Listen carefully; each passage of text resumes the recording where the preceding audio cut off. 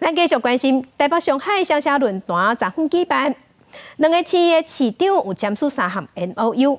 外界关心蒋万安两岸论述，蒋万安是强调讲，伊认为双城好，两岸关系才会好。另外，蒋万安嘛有向上海市政府表达咱台湾农产品卖去中国的问题，而且伊嘛有当面争取上海的小鸟禽，看敢会当伫明年来到台北市立动物园。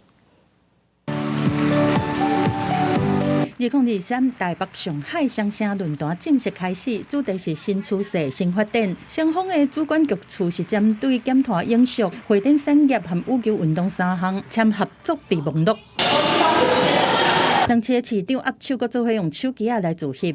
会当注意的，就是这届的论坛是上海市的副市长花园亲身主持，规格是比较早拢较大。致辞的时阵，蒋万安5摆强调双城好，两岸就好，认为双城论坛伫两岸关系内面有重要的关键性指标意义，嘛用刚好行准来形容。双城好，两岸好，两岸关系恰如江河行舟，当然不应该是过尽千帆皆不是。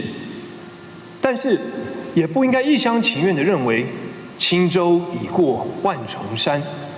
民族复兴，国家强盛，两岸中国人才能过上富足美好的生活。历史不能选择，现在可以把握，未来可以开创。经正的发言是真敏感，敢唔感觉红食豆腐？蒋万安是无回应。